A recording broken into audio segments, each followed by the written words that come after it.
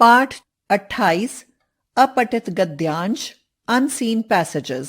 अपठित शब्द का अर्थ है जो कभी पढ़ा न गया हो, अर्थात अपठित गद्यांश वे गद्यांश हैं जिनको छात्रों ने पहले कभी अपनी पाठ्य पुस्तक में पढ़ा नहीं है। अपठित गद्यांश देकर उस पर बोधन के प्रश्न पूछे जाते हैं। इन प्रश्नों के उत्तर छात्रों को उसी गद्यांश के आधार पर देने होते हैं।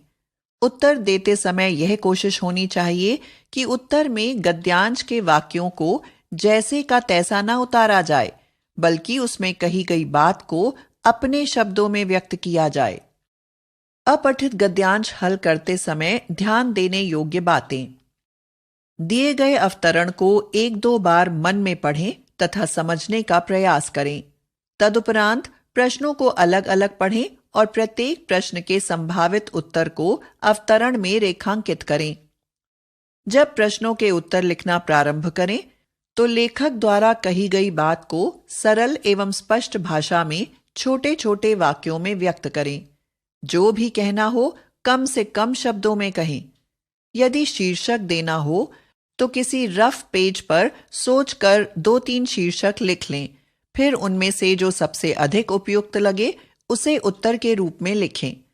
यदि प्रश्नों के उत्तर के लिए विकल्प दिए गए हैं तो जो सबसे अधिक सटीक उत्तर हो उसे टिक करें। उदाहरण, मैं सोचता हूं स्त्रियों के पास एक महान शक्ति सोई हुई पड़ी है। दुनिया की आधी से बड़ी ताकत उनके पास है।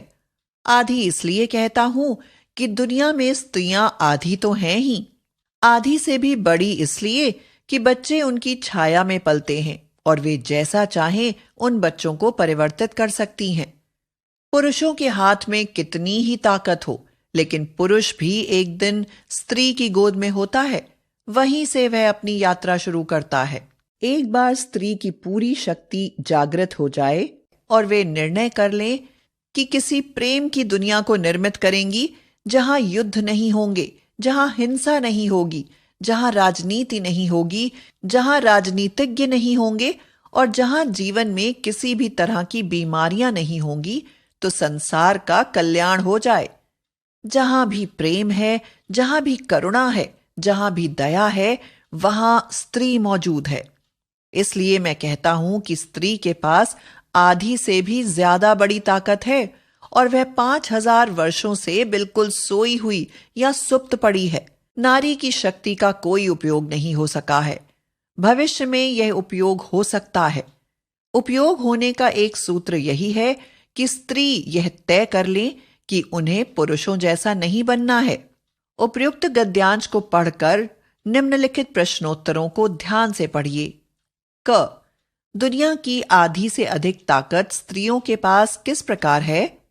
उत्तर, जनसंख्या की दृष्टि से विश्व में आधी संख्या तो स्त्रियों की है ही, साथ ही वे मां की भूमिका का निर्वाह भी करती हैं और बच्चे उनके संरक्षण में पलते हैं। स्त्रियां जैसा चाहें उस रूप में उनको बदल सकती हैं। अतः कहा जा सकता है कि आधी से अधिक शक्ति स्त्रियों के पास है। ख. पुरुष एक दिन स्त्री की गोद में होता है, वहीं से वह अपनी यात्रा आरंभ करता है। वाक्य का क्या आशय है? उत्तर, हर पुरुष को जन्म देने वाली स्त्री ही होती है। उसका लालन पालन एक स्त्री की गोद में ही होता है। पुरुष अपने जीवन में कहीं भी पहुंच जाए, पर उसके जीवन की यात्रा मां की गोद से ही प्रारंभ होती है। ग. स्त्रियों की कौन सी शक्ति सोई पड़ी है? उत्तर, नारी की शक्ति उसके वे गुण हैं जो उसे पुरुष से भिन्न करते हैं। ये हैं प्रेम, करुणा और दया। लेखक के अनुसार जहां ये गुण हैं, वहां स्त्री की सत्ता विद्यमान है। घ. यदि स्त्री शक्ति जागृत हो जाए तो लेखक उनसे क्या क्या अपेक्षाएं करते हैं? उत्तर, अगर स्त्री की सोई हुई शक्ति जागृत हो जाए तो लेखक की अपेक्षाएं हैं कि स्त्री प्रेम की दुनिया का निर्माण करे। ऐसी दुनिया जहां कोई किसी से युद्ध ना करे, जहां हिंसा ना हो, गंदी राजनीति ना हो और जीवन में बीमारियां ना हो। अंगा. लेखक के अनुसार नारी शक्ति का प्रयोग किस प्रकार हो सकता है? उत्तर, लेखक के अनुसार नारी शक्ति के उपयोग का एकमात्र सूत्र है कि स्त्री यह तय कर ले कि उसे पुरुषों जैसा नहीं बनना है, क्योंकि पुरुषों में अहंकार, घृणा, हिंसा आदि विद्यमान हैं। च, गद्यांश का उपयुक्त शीर्षक लिखिए। उत्तर: शीर्षक नारी की सोई हुई शक्ति। 2, दुनिया की हर एक चीज हमें शिक्षा देती है। एक दिन मैं धूप में घूम रहा था। चारों तरफ बड़े बड़े हरे वृक्ष दिखाई देते थे। मैं सोचने लगा कि ऊपर से इतनी कड़ी धूप पड़ रही है, फिर भी ये वृक्ष हरे कैसे हैं? वे वृक्ष मेरे गुरु बन गए। मेरी समझ में आ गया कि जो वृक्ष ऊपर से इतने हरे भरे दिखते हैं, उनकी जड़ें जमीन में गहरी पहुंची हैं और वहां से उन्हें पानी मिल रहा है। इस तरह अंदर से पानी और ऊपर से धूप, दोनों की कृपा से यह सुंदर हरा रंग उन्हें मिला है। इसी तरह हमें अंदर से भक्ति का पानी और बाहर से तपश्चर्या की धूप मिले तो हम भी पेड़ों जैसे हरे भरे हो जाएं। हम ज्ञान की दृष्टि से परिश्रम को नहीं देखते, इसलिए उसमें तकलीफ मालूम होती है। ऐसे लोगों को आरोग्य और ज्ञान कभी मिलने वाला नहीं।